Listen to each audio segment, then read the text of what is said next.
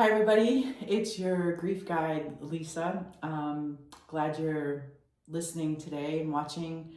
We have had some amazing stories of people who have great loss and great pain and great grief in their lives. And we're hoping that as we tell these stories that you will be encouraged and that you will find some help along the way. So today I have my friend Amanda with me, and she's had a lot of loss and grief in her life, and I'm gonna let her tell her story. Thanks for being with us, Amanda. Thanks for asking me, Lisa. Yeah. Yeah. So tell us about your story. Yeah. My story starts when I was still a child. Had a great upbringing, 2 parents, sisters, great life. I was a junior in high school and getting ready for college visits and that next chapter of my life. And my mom was taking me on a college visit with a friend to Western Illinois University. And we drove down Labor Day weekend. And as we were approaching campus to enter the university, a police officer who was in a high-speed chase of a drunk driver hit our car, and drunk driver got around and got away, and he just plowed into our car. Some metrics say at about 100 miles an hour, 110 miles an hour. And so I woke up upside down and in a different area, like in a parking lot, and the paramedics came and they took me out and they took my friend out, but my mom was killed in the accident. And starting at that moment, I was in a strange place I hadn't been before. I was all alone. I was physically injured and in this emergency room in kind of the middle of nowhere, Illinois. And my grief journey, I guess, begins there with a strange sense of not being alone. I remember sitting in the emergency room, and we were hours and hours away from my house, so my dad couldn't even get down to me yet. He made it down in the morning, but I was all alone. And I remember that next to my bed in the emergency room, there was just this empty chair where somebody would sit if they were there with somebody. And I remember looking at that chair and being like, I think Jesus is sitting in that chair.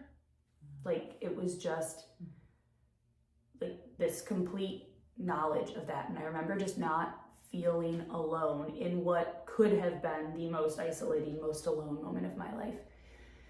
And that, of course, is all sort of a blur and a moment of shock and whatnot. And it really didn't, I would say my grief journey didn't begin until a couple years later when I went away to college, because as many of us do when we have traumatic loss, I was in shock, and then I just started basically treading water in my life. I threw myself completely into school and my friendships, and I actually had like the best year grade-wise at school ever.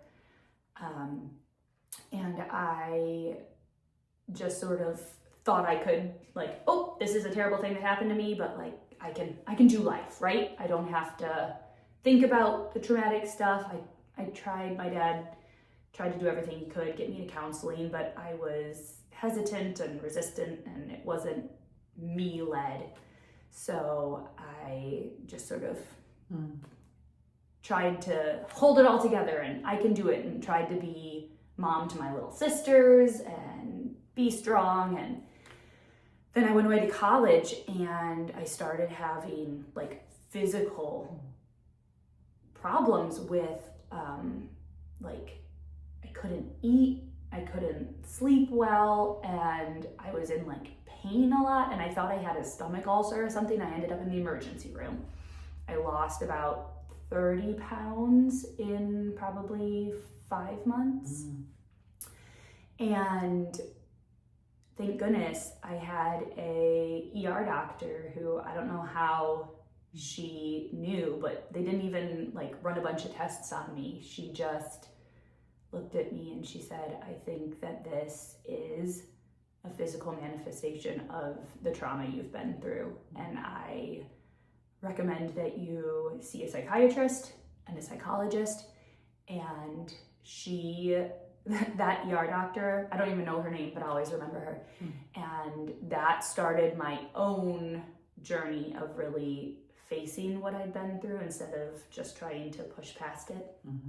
And combinations of counseling and I did EMDR therapy and medication, and was able to go through and really dig into the trauma of what happened and start to deal with the grief. And eventually I got to what felt like a really good place. And I got married and I got my dream job, and we had a few years of life going pretty well. We bought our first house, we got a dog, and then we were ready to grow our family. And so my husband and I were so excited when we found out we were pregnant. And it was fall again. And it was actually Labor Day weekend that we announced we were pregnant, which happens to be the same weekend of the accident we lost my mom. We announced we were pregnant, everybody was excited, and then about a month later, in October, we went in for our 20-week ultrasound, and they noticed abnormalities with the baby and sent us to a specialist. And after some tests and multiple opinions from different doctors, they told us that it wasn't going to be a viable pregnancy, and they recommended terminating the pregnancy. And that's not something in a million years I ever would have thought, one, that I would have to consider, two, that I would ever choose to do. My faith background, I had grown up hearing a very black and white, abortion is wrong, like, you don't do that. And then I remember our first call was to you and Bill, who had just lost your son, to come talk to us because we just didn't know what to do. And I'll never forget you and Bill telling me that my life had value, and that the big important part of, I guess, that piece is that if I had tried to continue the pregnancy, it was going to be dangerous for me. So it wasn't just that it was going to be hard because it wasn't a viable pregnancy, but that I could have died if we tried to see the pregnancy through. And I couldn't believe that I was hearing like Christian pastors be like, no, your life has value, like that should be a consideration. And so we were praying and we were praying and we were praying, and we went back in, and they told us that in the amount of time that we were considering and getting second opinions, that the baby's heartbeat had stopped. And I remember just crying in the hospital and saying, thank you, Jesus, that I didn't have to make that choice, that it wasn't something that I would then carry guilt for all those years. And maybe I wouldn't have. We had lots of conversations to get there.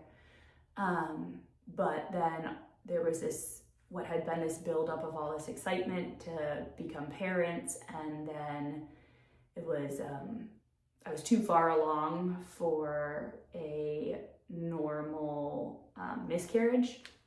So I had to go into the hospital and do a surgical delivery. And there was then a long period of physical recovery, but an even longer period of emotional recovery. But though this was a second time of a like traumatic, unexpected loss, I think that I was more in tune to the fact that you can't just rush through grief. And so this time I sat in it. I was a teacher and I told the school, first I need my medical leave, but you know what? I'm actually not going to be able to come back this year, because normal me would have pushed right through and thrown myself into my classroom and just done it. But I'd done that before and seen that did not work. And so I took the time and I sat in it and I laid on the floor in what was supposed to be the nursery and just sobbed in the fetal position, and would come sit and have lunch with Lisa, where we both just sort of sat and ate and stared at the wall, having both lost sons, one in their 20s and one 20 weeks, but sitting there together and having someone that you didn't have to pretend with makes a big difference. So thank you for being that someone. Everybody should find a someone that they can just sit and stare at a wall. You know, Amanda, there's so much here, and obviously we've been friends for a really long time, but even hearing those stories again of your mom and your baby, like, it just still takes my breath away, right? Because I think you're so right. Like, we are so programmed. We are so culturally conditioned to just move on. Yeah. Right? To just rush past, to just pick yourself up and get yourself together. And I think that your story of this trauma that you just put away somewhere until you couldn't, right? Until you couldn't. Yeah. And we always say that in grief, that you can keep pushing that ball down underneath the water for as long as possible, but as soon that pressure is gonna manifest in your life one way or another, right? And thank goodness for that doctor who clearly could see there wasn't really anything physically wrong with you. Right.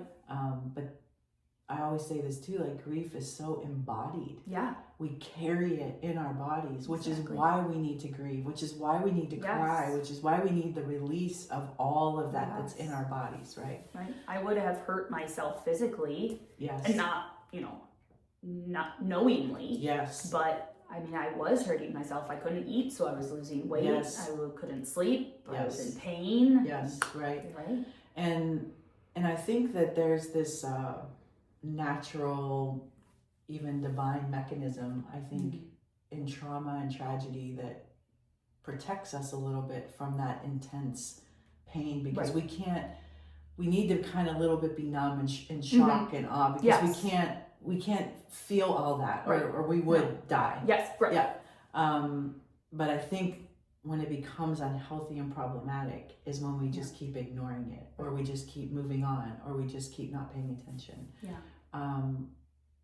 So for you to lay on the floor of the nursery is not something, I say this too, like, it's counterintuitive. None of us wants to turn towards our pain. No. Nobody wants to lay on the floor. Nobody wants to feel that gut-wrenching jag, like a knife. Like, nobody wants to feel that. And yet we know that that's the very thing that helps us heal and helps us to move through.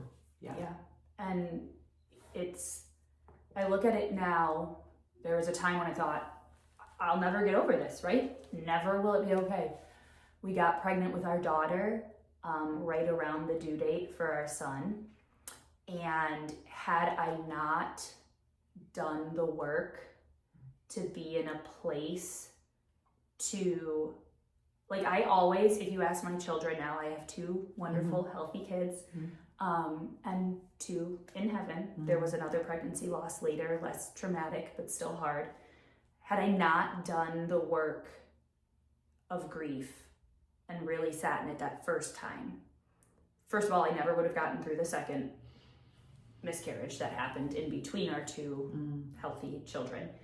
But I wouldn't have been a good mom to the kids who are here. And if you ask both my kids, they'll tell you about their big brother who was there first. Just that they know he exists. You know, we don't like focus on it, but they know about that. And I think that allowed me to be a healthier person who then could love and grieve my first child so that I could be there for my subsequent children. Otherwise, if I had ignored it, who knows what feelings would have popped up then when I held my daughter for the first time. Well, and even going back, right? Had you not also seen a psychiatrist and a psychologist and really taking care of yourself after the traumatic death of your mother in a car accident, I mean, who knows where you would be. Still at Swedish Covenant Hospital. Correct. Yeah. And so for everybody listening to this, please hear this. Like, I often say this, that oftentimes people want to throw pills at grieving people because they think we're depressed, right? And that's an easy fix. Well, you're sad or you're crying all the time, so you must be depressed. That is not always true. So I kind of rail against that a little bit. And I will also say that if you need help, go get it. Yes. Right? Get medication, get what you need, because trauma and tragedy are real things that affect us on every level of our being. Every level of our being. Yeah. After that hospital stay, when I did go see a psychiatrist and they did, they talked to me and they ran tests, I didn't realize that. So I have a diagnosis of post-traumatic stress disorder and anxiety. And I didn't realize that grief can alter the chemistry of your brain. Yes. And this was 20, almost 21 years ago. And I am still to this day on a low dose of medication. But I may always have a chemical imbalance in my brain, but it's the difference between being able to leave my house or being wrapped up in a blanket in my bed, afraid to go anywhere. And I have such a full life. I carry my mom and my son with me and that grief with me all the time. But I also know that everything that has happened in the last 20 years, I'm just thankful that I got to be here to experience it, the good, the bad, the life of it. Right. And so there is nothing wrong with asking for help. There is nothing wrong if that help involves medication, prescribed by a doctor. Find a way to medicate, because then we also find other ways to medicate ourselves, which is not correct. So it's not healthy. No, but I would also say that Amanda has become, for me, when you talk about how PTSD and anxiety can be, obviously they are results of trauma and tragedy. Like Amanda's been one of the people for me, because in grief often too, we're always so anxious about the next shoe's gonna drop or the next really horrible thing's gonna happen. And so then that escalates to, you have a doctor's checkup and you think you're gonna die and you have cancer. Every time. So Amanda is one of those people that I've called over the years and just said, like, talk me down. Like, I know this is just a doctor's appointment. I know this is just a thing, but I also want everyone to hear that too. Like, that's a very real thing that accompanies grief. And you're not crazy. You're not crazy. Yeah, you're not crazy. You're not losing your mind. No. It is a real present part of the grieving process. If you need a friend to sit there with you while you call to schedule just your normal blood test, or you have to go in for your mammogram, that's okay. You're not crazy for that. I still hate that every time. Me too. Me too. I don't know. Me too. But we always get through it. So. Well, Amanda, thank you so much for sharing your story. And I know that every time we share our stories, it's costly, because we remember the people that we love that have been ripped out of our lives and something we would have never asked for or chosen. So Right. I really appreciate you being here today. Yes, thank you. All right. Thanks, Thank you. everybody. Take care.